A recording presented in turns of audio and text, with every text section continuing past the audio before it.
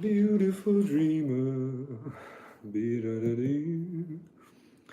Da-da-da-dee-da-da-dee. Boo-ba-ba-dee-da. Be-da-da-doo. Dee-da-da-dee-da-da-dee.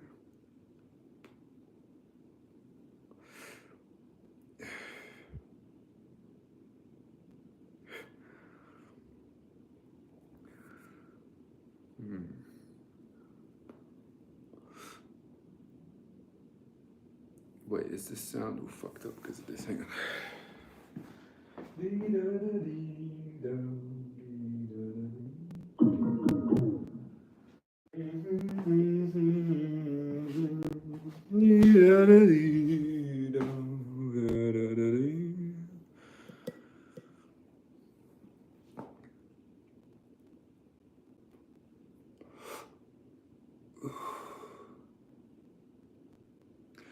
Cause nobody can do it like Mixmaster can. Come on, I got the D-double-O style.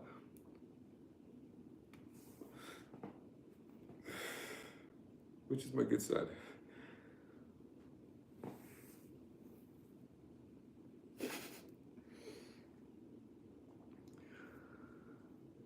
Okay, I'm gonna read for you today.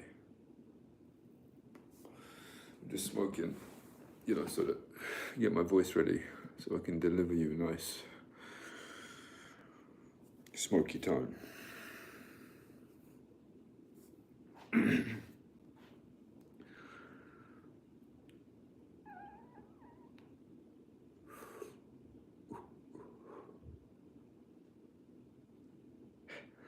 Okay, we ready?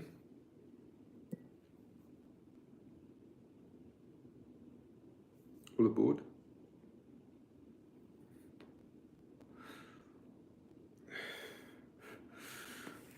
I weep for Adonais, he is dead.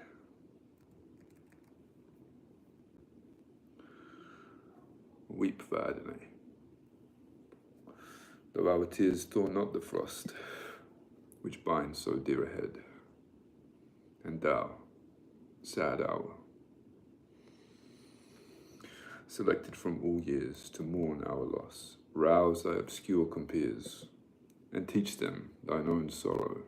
Say, with me died Adonais, till the future dares forget the past, his fate and fame shall be an echo and a light unto eternity. Where wert thou, mighty mother, when thy son lay, pierced by the shaft which flies in darkness? Where was lorn Urania, when Adonais died?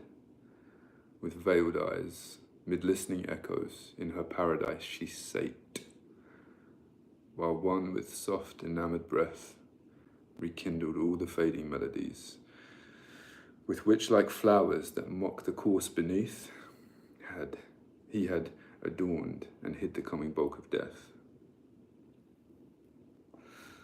Weep for Adonais, he is dead. Wake, melancholy mother, wake and weep. Yet wherefore, quench within their burning bed thy fiery tears, and let thy loud heart keep, like his, a mute and uncomplaining sleep.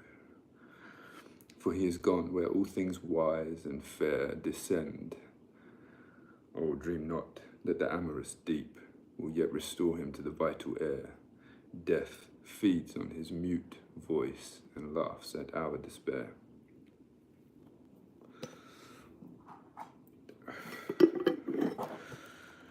Most musical of mourners, weep again.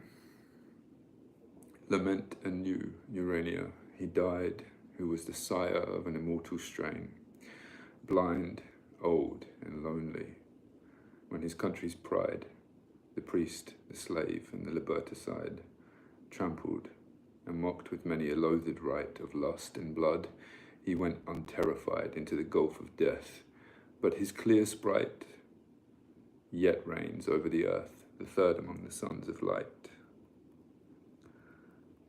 Ciao, silly hopeless. Most musical of mourners weep anew. Not all to that bright station dare to climb, and happy are they, their happiness who knew, whose tapers yet burned through that night of time, in which sons perished, others more sublime, struck by the envious wrath of man or God, have sunk, extinct in their refulgent prime. And some yet live, treading the thorny road, which leads through toil and hate to fame's serene abode. 'Tis an elegy written by Shelley for Keats. But now thy youngest, dearest one has perished, the nursling of thy widowhood, who grew like a pale flower by some sad maiden cherished, and fed with true love tears instead of dew. Most musical of mourners, weep anew. Thy extreme hope, the loveliest and the last, the bloom whose petals nipped before they blew, died on the promise of the fruit is waste. The broken lily lies, the storm is overpast. To that high capital, where kingly death keeps his pale court in beauty and decay, he came, and bought with price of purest breath a grave among the eternal. Come away, haste, while the vault of blue Italian day is yet his fitting charnel roof, while still he lies, as if in dewy sleep he lay. Awake him not, surely he takes his fill of deep and liquid rest, forgetful of all ill. He will wake no more, nevermore. Within the twilight chamber spreads apace the shadow of white death, and at the door, invisible corruption waits to trace his extreme way to her dim dwelling place. The eternal hunger sits, but pity and awe soothe her pale rage, nor dares she to deface so fair a prey, till darkness and the law of change shall over his sleep the mortal curtain draw. Weep for Adonais, the quick dreams, the passion-winged ministers of thought, who were his flocks, whom near the living streams of his young spirit he fed, and whom he taught the love which was its music. Wonder not, wonder no more, from kindling brain to brain, but droop there, whence they sprung, and mourn their lot, round the cold heart, where, after their sweet pain, they never will gather strength or find a home again. And one, with trembling hands, clasps his cold head, and fans him with her moonlight wings, and cries, "Our love, our hope, our sorrow is not dead. See, on the silken fringe of his faint eyes, like dew upon a sleeping flower, there lies a tear some dream has loosened from his brain. Lost angel of a ruined paradise, she knew not 'twas her own, as with no stain she faded, like a cloud which had outwept its rain. One from a lucid urn of starry dew washed his light limbs as if embalming them. Another clipped her profuse locks, and threw the wreath upon him like an anadem, which frozen tears instead of pearls begem. Another in her wilful grief would break her bow and winged reeds, as if to stem a greater loss with one which was more weak, and dull the barbed fire against his frozen cheek. Another splendour on his mouth alit, that mouth whence it was wont to draw the breath which gave it strength to pierce the guarded wit, and pass into the panting heart beneath. With lightning and with music, the damp death quenched its caress upon his icy lips, and as a dying meteor stains a wreath of moonlight vapour, which the cold night clips, it flushed through his pale limbs and passed to its eclipse. And others came, desires and adorations, winged persuasions and veiled destinies, splendours and glooms, and glimmering incarnations of hopes and fears, and twilight fantasies, and sorrow with her family of sighs, and pleasure blind with tears, led by the gleam of her own dying smile instead of eyes, came in slow pomp. The moving pomp might seem like pageantry of mist on an autumnal stream. All he had loved and moulded into thought from shape and hue and odour and sweet sound lamented Adonais. Morning sought her eastern watchtower, and her hair unbound, wet with the tears which should adorn the ground, dimmed the aerial eyes that kindle day. Afar the melancholy thunder moaned, pale ocean in unquiet slumber lay, and the wild winds flew around, sobbing in their dismay.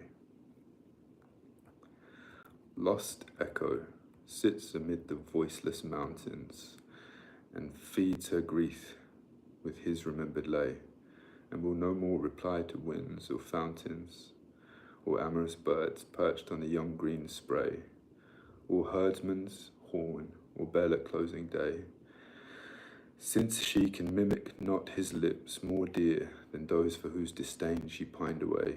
Into a shadow of all sounds, a drear murmur between their songs is all the woodmen hear. Grief made the young spring wild, and she threw down her kindling buds as if she autumn were, or they dead leaves, since her delight is flown, for whom she should have waked the sullen year. To Phoebus was not Hyacinth so dear, nor to himself Narcissus, as to both thou, Adonais. One they stand and sear, amid the faint companions of their youth, with dew all turned to tears, odour to sighing Ruth. Thy spirit sister, the lorn nightingale, mourns not her mate with such melodious pain. Not so the eagle, who like thee could scale heaven and could nourish in the sun's domain. Her mighty youth with mourning doth complain, soaring and screaming around her empty nest, as Albion wails for thee, the curse of Cain light on his head, who pierced thy innocent breast, and scarred the angel soul that was its earthly guest. Woe is me. Winter is come and gone, but grief returns with the revolving year. The airs and streams renew their joyous tone, the ants, the bees, the swallows reappear, fresh leaves and flowers deck the dead season's bier. The amorous birds now pair in every brake, and build their mossy homes in field and brae, and the green lizard and the golden snake, like unimprisoned flames, out of their trance awake. Through wood and stream and field and hill and ocean, a quickening life from the earth's heart has burst, as it has ever done, with change and motion. From the great morning of the world, when first God dawned on chaos, in its stream immersed, the lamps of heaven flash with a softer light. All baser things pant with life's sacred thirst, diffuse themselves and spend in love's delight the beauty and the joy of their renewed might. The leprous corpse, touched by this spirit tender, exhales itself in flowers of gentle breath. Like incarnations of the stars, when splendor is changed to fragrance, they illumine death and mock the merry worm that wakes beneath. Naught we know dies. Shall that alone which knows be as a sword consumed before the sheath by sightless lightning? An intense atom glows a moment, then is quenched in a most cold repose.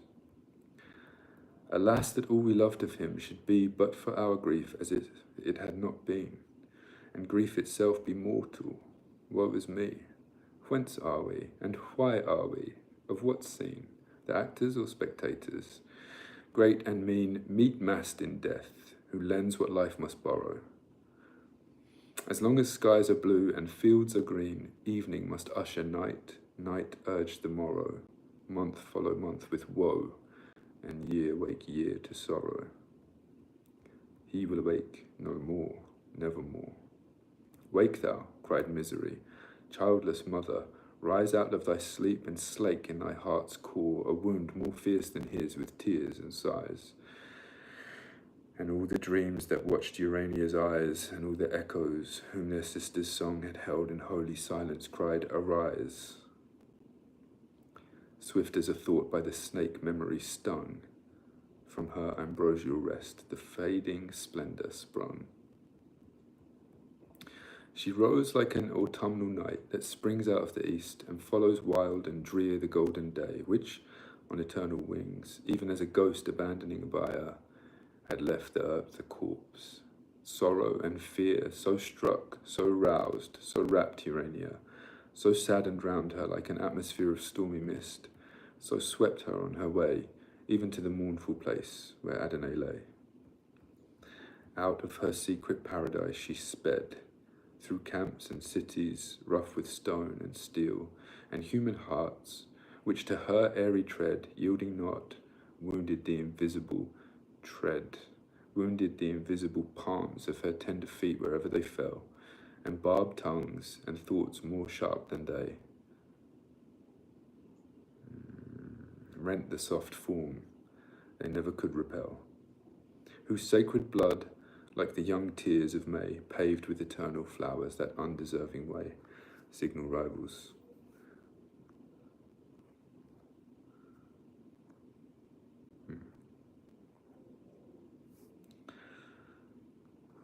In the death chamber, for a moment death, shamed by the presence of that living might, blushed to annihilation, and the breath revisited those lips, and life's pale light flashed through those limbs. So late her dear delight. Leave me not wild and drear and comfortless, as silent lightning leaves the starless night. Leave me not, cried Urania. Her distress roused death. Death rose and smiled and met her vain caress. Thank you, Nath.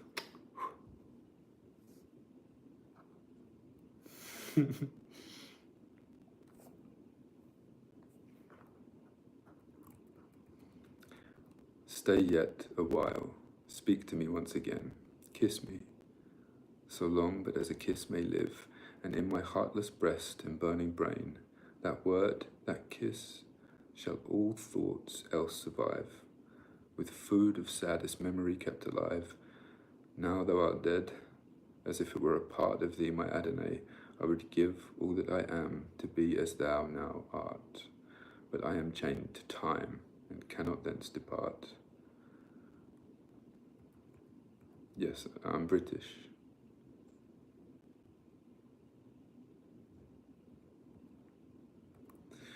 O gentle child, beautiful as thou wert, why didst thou leave the trodden paths of men too soon, and with weak hands, O mighty heart, dare the unpastured dragon in his den? Defenceless as thou wert, or where was then wisdom, the mirrored shield, or scorn the spear? Or hadst thou waited the full cycle, when thy spirit should have filled its crescent sphere, the monsters of life's waste had fled from thee like deer? The herded wolves, bold only to pursue the obscene ravens, clamorous over the dead, the vultures to the conqueror's banner true, who feed where desolation first has fed, and whose wings rain contagion, how they fled, when, like Apollo, from his golden bow, the Pythian of the age one arrow sped and smiled. The spoilers tempt no second blow, the fawn on the proud feet that spurn them lying low.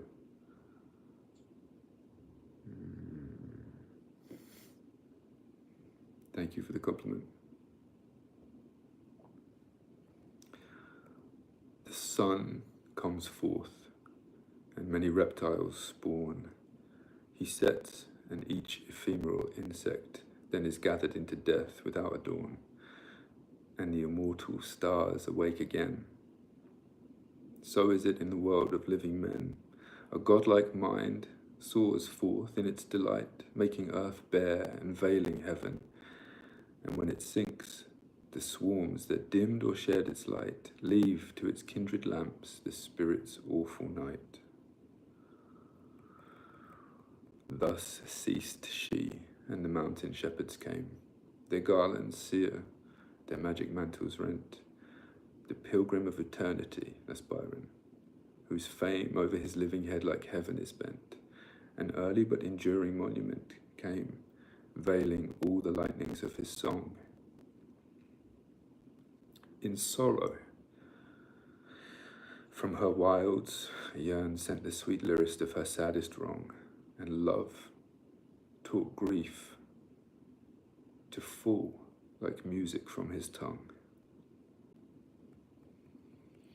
Midst others of less note came one frail form, a phantom among men, companionless, as the last cloud of an expiring storm, whose thunder is its knell.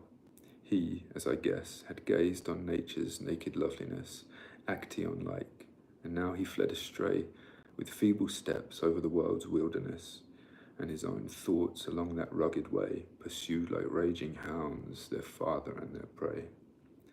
A pard-like spirit, beautiful and swift, a love in desolation masked, a power girt round with weakness, it can scarce uplift the weight of the superincumbent hour. 'Tis a dying lamp, a falling shower, a breaking billow. Even whilst we speak is broken. On the withering flower, the killing sun smiles brightly. On a cheek, the life can burn in blood, even while the heart may break. His head was bound with pansies overblown and faded violets, white and pied and blue, and a light spear topped with a cypress cone, round whose rude shaft dark ivy tresses grew, yet dripping with the forest's noonday dew, vibrated as the ever-beating heart shook the weak hand that grasped it. Of that crew he came the last, neglected and apart, a herd abandoned deer, struck by the hunter's dart. All stood aloof, and at his partial moan smiled through their tears, well knew that gentle band, who in another's fate now wept his own, as in the accents of an unknown land. He sung new sorrow, and Uranius scanned the stranger's mane and murmured, "Who art thou?" He answered not, but with a sudden hand made bare his branded and ensanguined brow, which was like Cain's or Christ's. Oh, that it should be so.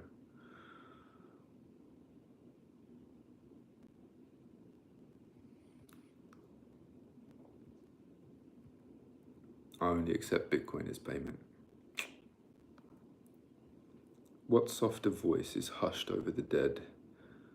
Athwart what brow is that dark mantle thrown? What form leans sadly over the white deathbed, in mockery of monumental stone? The heavy heart heaving without a moan.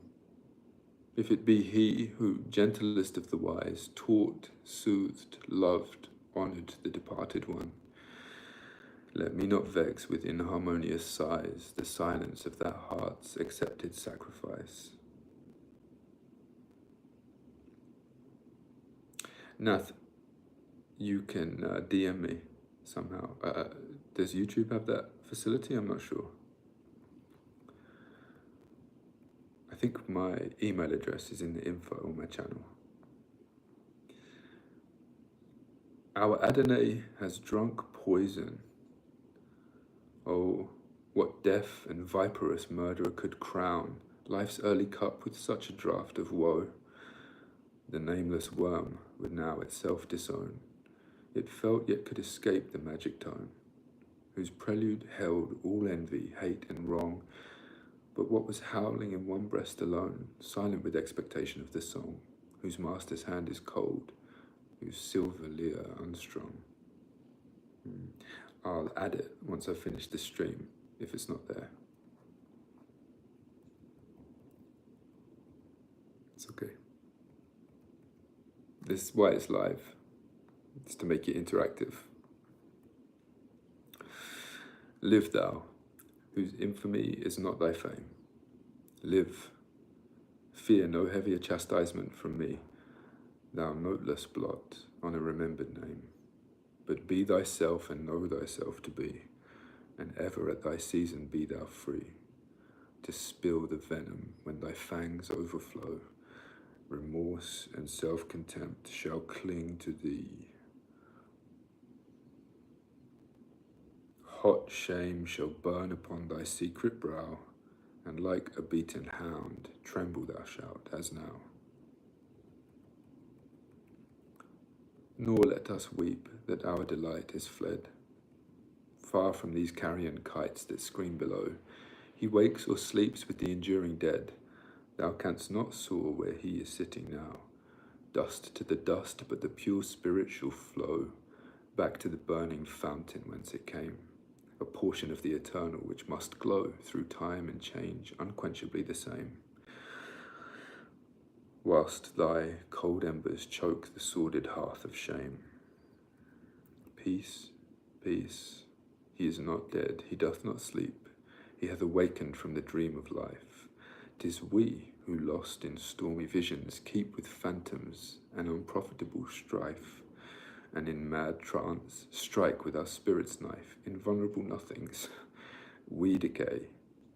Like corpses in a charnel, fear and grief convulse us and consume us day by day. And cold hopes swarm like worms within our living clay.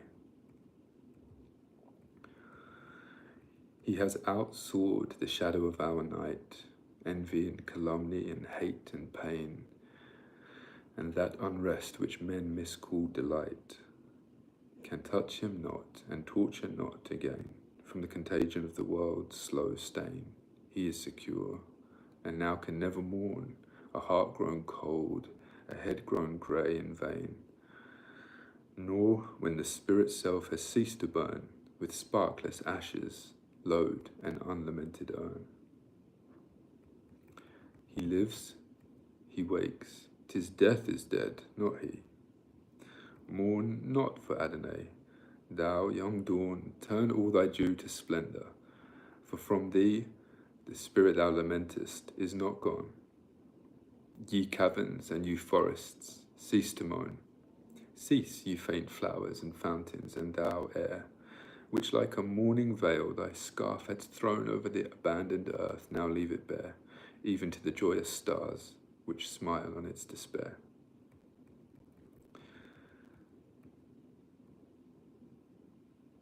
Shelley. He is made one with nature. There is heard his voice in all her music, from the moan of thunder to the song of night's sweet bird.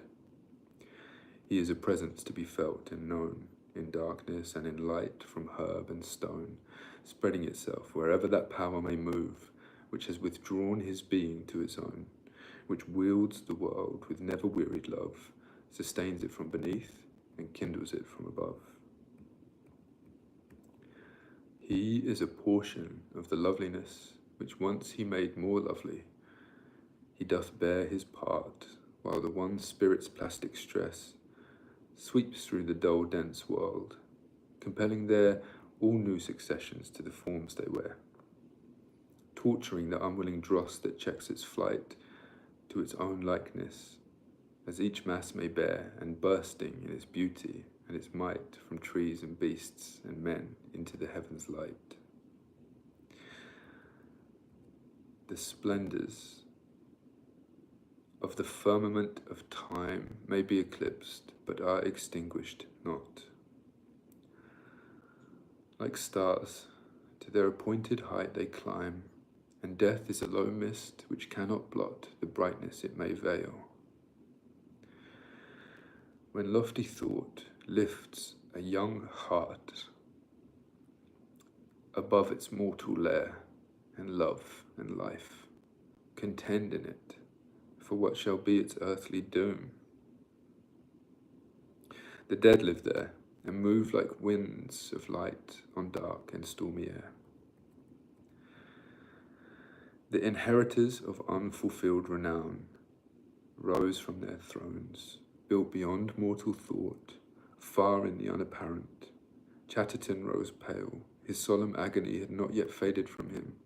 Sidney, as he fought and as he fell and as he lived and loved, sublimely mild, a spirit without spot, arose, and Lucan by his death approved oblivion as they rose, shrank like a thing reproved.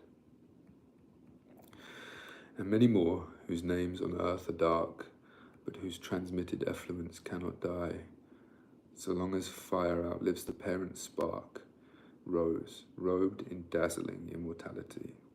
Thou art become as one of us, they cry. It was for thee yon kingless sphere has long swung blind in unascended majesty, silent alone amid a heaven of song, assume thy winged throne, thou vesper of our throng. Who mourns for Adonais? Come forth, fond wretch, and know thyself and him aright. Clasp with thy panting soul the pendulous earth, as from a centre dart thy spirit's light beyond all worlds, until its spacious might satiate the void circumference, then shrink, even to a point within our day and night. And keep thy heart light, lest it make thee sink, when hope has kindled hope and lured thee to the brink. All go to Rome, which is the sepulchre, not of him, but of our joy. 'Tis naught that ages, empires, and religions there lie buried in the ravage they have wrought. For such as he can lend, they borrow not glory from those who made the world their prey. And he is gathered to the kings of thought, who waged contention with their time's decay, and of the past are all that cannot pass away. Go thou to Rome, at once the paradise, the grave, the city, and the wilderness, and where its wrecks like shattered mountains rise, and flowering weeds and fragrant copses dress the bones of desolation's nakedness. Pass, till the spirit of the spot shall lead thy footsteps to a slope of green access where, like an infant's smile over the dead, a giggle of laughing flowers along the grass is spread. And grey walls mould around, on which dull time feeds like slow fire upon a hoary brand. And one keen pyramid with wedge sublime, pavilioning the dust of him who planned this refuge for his memory, doth stand, like flame transformed to marble, and beneath a field is spread, on which a newer band have pitched in heaven's smile their camp of death, welcoming him we lose with scarce extinguished breath. Here pause. These graves are all too young as yet to have outgrown the sorrow which consigned its charge to each. And if the seal is set here on one fountain of a morning mind, break it not thou. Too surely shalt thou find thine own well full if thou returnest home of tears and gall.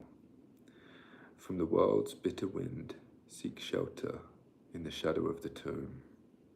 What Adonais is, why fear we to become? The one remains, the many change and pass. Heaven's light forever shines, earth's shadows fly. Life, like a dome of many-coloured glass, stains the white radiance of eternity, until death tramples it to fragments. Die, if thou wouldst be with that which thou dost seek. Follow where all is fled. Rome's azure sky, flowers, ruins, statues, music, words are weak, the glory they transfuse with fitting truth to speak. Why linger? Why turn back? Why shrink, my heart? Thy hopes are gone before from all things here. They have departed. Thou shouldst now depart. A light is passed from the revolving year, and man and woman, and what still is dear, attracts to crush, repels to make thee wither. The soft sky smiles, the low wind whispers near. 'Tis Adonais calls, or hasten thither. No more let life divide what death can join together. That light whose smile kindles the universe, that beauty in which all things work and move, that benediction which the eclipsing curse of birth can quench not, that sustaining love which through the web of being blindly wove by man and beast in earth and air and sea, burns bright or dim, as each are mirrors of the fire for which all thirst, now beams on me, consuming the last clouds of cold mortality. The breath whose might I have invoked in song descends on me. My spirit's bark is driven far from the shore, far from the trembling throng, whose sails were never to the tempest given. The massy earth and sphered skies are riven. I am borne darkly, fearfully afar, whilst burning through the inmost veil of heaven, the soul of Adonais, like a star, beacons from the abode where the eternal are.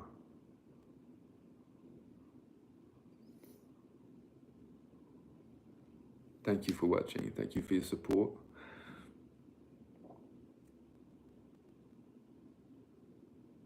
And encouragement. Adieu. Mini hearts.